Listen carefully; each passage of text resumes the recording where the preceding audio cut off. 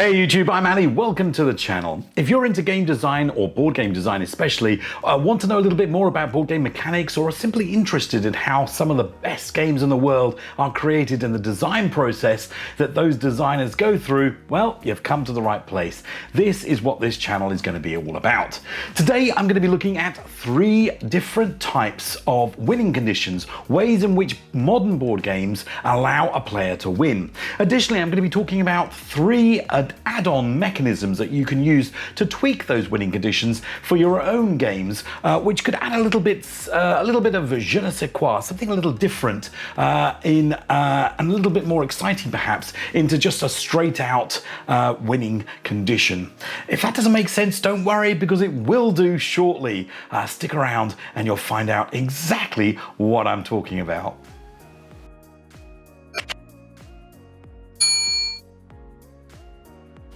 Now, just before I start, I want to say again, the best way of learning about how to make your own board game is by playing other board games. Play as many as you can. If you don't get a chance to do that, well, don't worry, because the next best thing is to subscribe to this channel. I go out and I try to play as many games as I can. I try to learn from the game designers themselves through interviews, but I also understand and read as much as I can about the game design process. All of that I take, I filter, I bring back to you. If you like this kind of stuff, then please consider subscribing to the channel.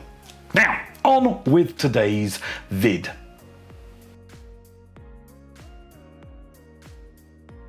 So, a winning condition is basically the way in which a board game allows a player to win. And generally, there have always only ever been 3, as far as I can tell at least.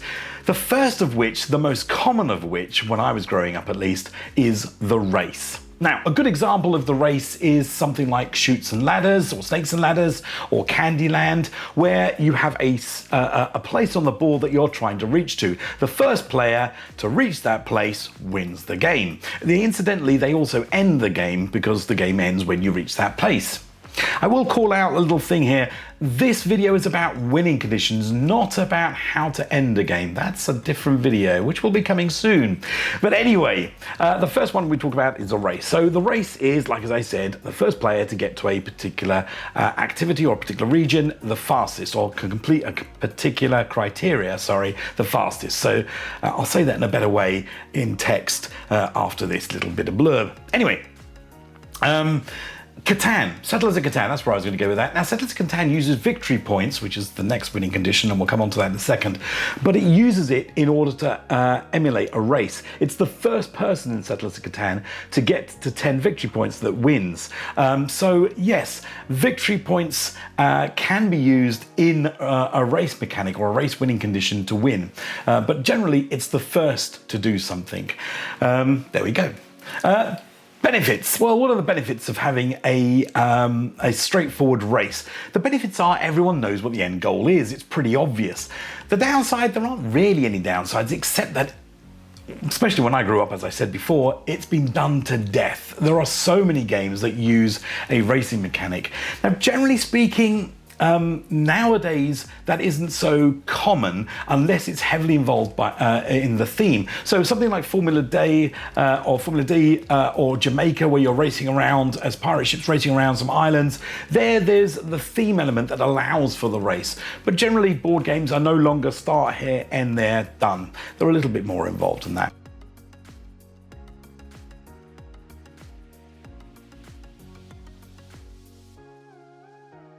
So we lead on to our second winning condition, which is victory points. Nowadays, lots of board games use victory points to determine who the winner is. To win a victory point condition game, that's a mouthful, you usually have to be the player with the most victory points, cash, gold, fish, whatever the units are of the game, to win. Now, I say usually because there are a few games out there that require you to have the lowest amount of cash, gold, victory points, fish, whatever, to win. And there are even some games out there that require you to have the highest or lowest unique value to win. There's a whole bunch of varieties there around victory points, but the point is victory points. Now, I will say something about victory points, and that is that I'm a big fan of victory points. I think it's a great mechanism to use in determining who the winner is. One of the reasons I like it is because you can do a lot with victory points throughout the game. There are games out there that allow you to use victory points to gamble for a bigger reward, or to trade them in for a resource, or to use them to swap cards. There's a whole variety of things you can do with victory points, which again is a subject of another video I'll do. For now, just know that victory points is the second winning condition. Winning. Oh, it's hard to say when you said the word V so many times. But anyway, the downside of using victory points, what is the downside? Well, there isn't a huge downside, except that you do need a method to track the accumulation of victory points as you go through. Now, some of the earlier games, I'm thinking back to things like Havana, I think, uses a completely separate board, which adds to the total number of things you've got out on the table to track who's winning. Quite a few older games tend to do this. There are a few games nowadays, I think, that actually have the victory track all the way around the edge of the main board to keep everything contained. But the point I'm trying to get across here is one of the downsides is you have to have a method of tracking victory points. Now, the second thing I'm going to say about victory points is that victory points usually get awarded for things you do in the game, and those things need to be balanced. And that's one of the things that if you have a victory point based game, you need to spend a lot of time, or a fair amount of time I would say, on understanding that the things that are going to get you those victory points are giving you appropriate amounts.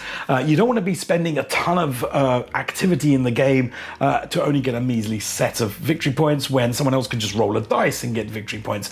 They have to be balanced. So the point I'm trying to get across here is victory point mechanisms usually require a little bit more effort in understanding that everything that gets you a victory point is balanced with everything else.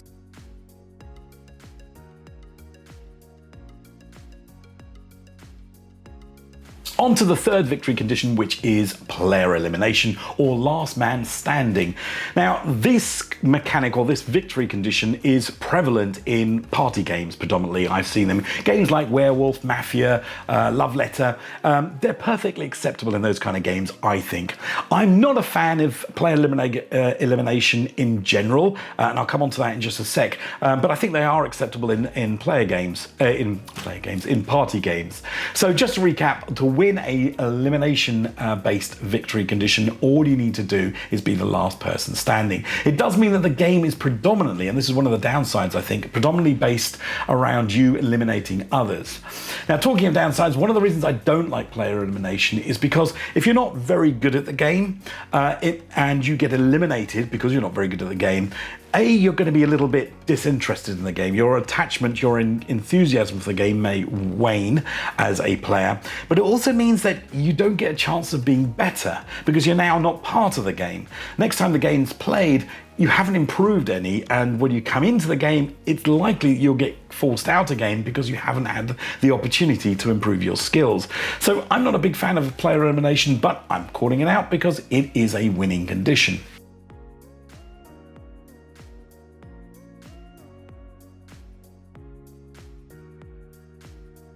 Okay, on to those add-ons that I talked about right at the beginning of this video. Now, when I say add-on, what I mean is it's a mechanism that you can add to any one of those three victory conditions, which will change it ever so slightly, or add another depth, another piece of interest into your game. The first of which is Tug of War. Now, Tug of War is a victory condition, or it's an additional victory condition that has basically a marker in the middle, a certain number of steps to the left and a certain number of steps to the right. If the marker through play moves either to the extreme of the left or to the extreme of the right, the game is declared over, and the winner is the one where the marker has reached the side of. Predominantly, this is used in two-player or two-team games. Let me give you an example. An example is something like Nostra City. Nostra City is a mafia-based card game where you're playing to do all kinds of nefarious and dodgy things, but one of the aspects is trying to get your crime boss, your Don, out of prison or out of trouble. And the way you're doing that is through a tug of war mechanism. So the game is being played, you're all playing your own bits, you're trying, I think it's a victory point game, you're trying to amass a load of victory points in the form of cash.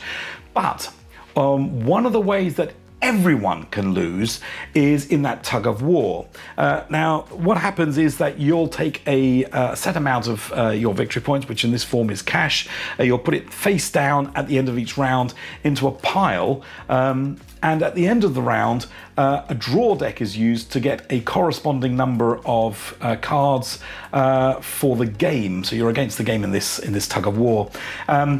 You are basically bribing a judge. So you're putting in stacks of positive notes, and the draw deck is taking from itself a stack of negative notes, and the marker moves accordingly. So, you know, if you have more money this round than the draw deck, you would get the marker moving in your favor. If you get to the end, the crime boss is released, the game is over. Whoever has the highest victory point at the total at that time, I think, wins. But if it goes the other way, the game is immediately over and everyone loses. What I like about this is a couple of things. Firstly, it adds a constant level of tension and excitement. Every round you're worried about that marker moving left and right dramatically. Different events can trigger it to move much more than it needs to, which is all very exciting and very good. One of the other things that Nostra City allows you to do as well is it allows for that traitor mechanic to be played. So if one of the players is actually a narc, as is the case in Nostra City, he might be putting in very low amounts or even negative values of cash into that face down pile at the end of the turn. And so you have this element of a sort of creeping danger heading that way, heading towards where the judge is going to hang your boss, because the narc is actually secretly adding more negative values. The point I'm trying to get across is that Tug of War adds an element of suspense or tension all the way through your game that you may not necessarily get from a flat-out race or victory point count.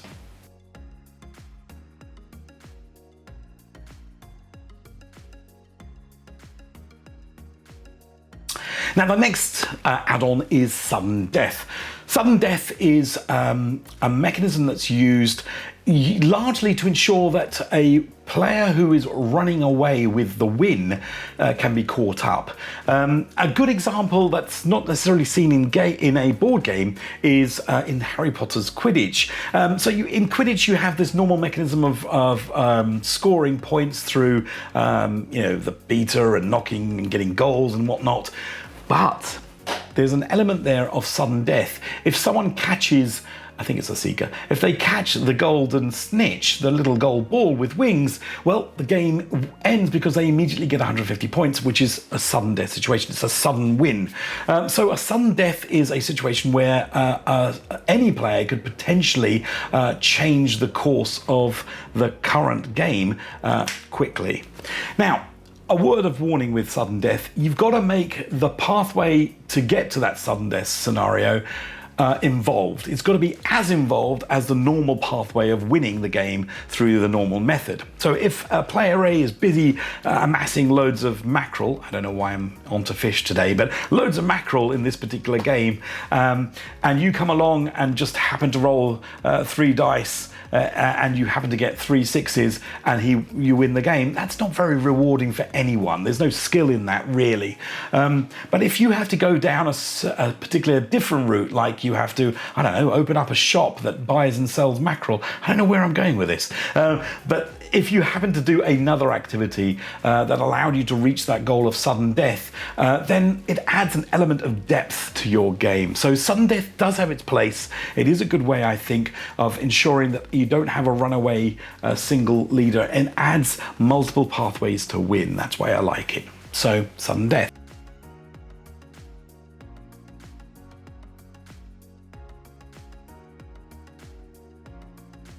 Now that brings me on to my third and final add-on, which you can use in any one of those 3 victory conditions, and that is the finale or the end game mini game.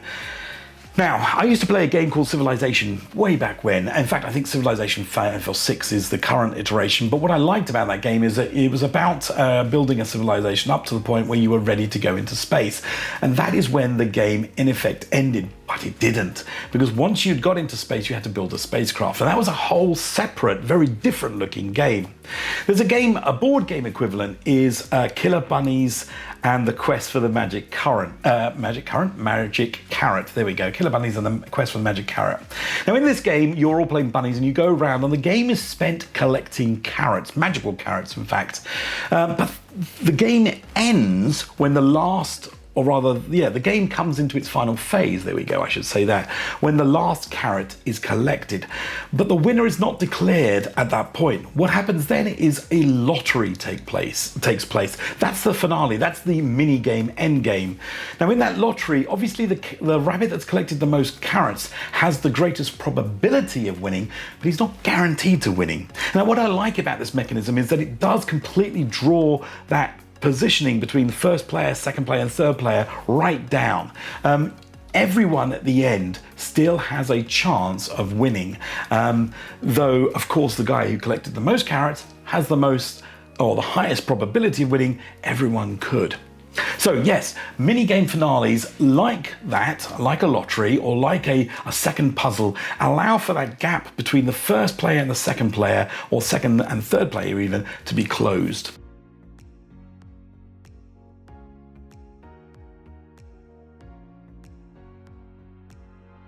Well, folks, those are my 3 winning conditions. 3 winning conditions you're going to see in modern board games, with those 3 add-ons that you can use in addition to those winning conditions to maybe tweak your own games. I hope you found that useful. If you did, let me know in the comments below. If you didn't, also let me know in the comments below.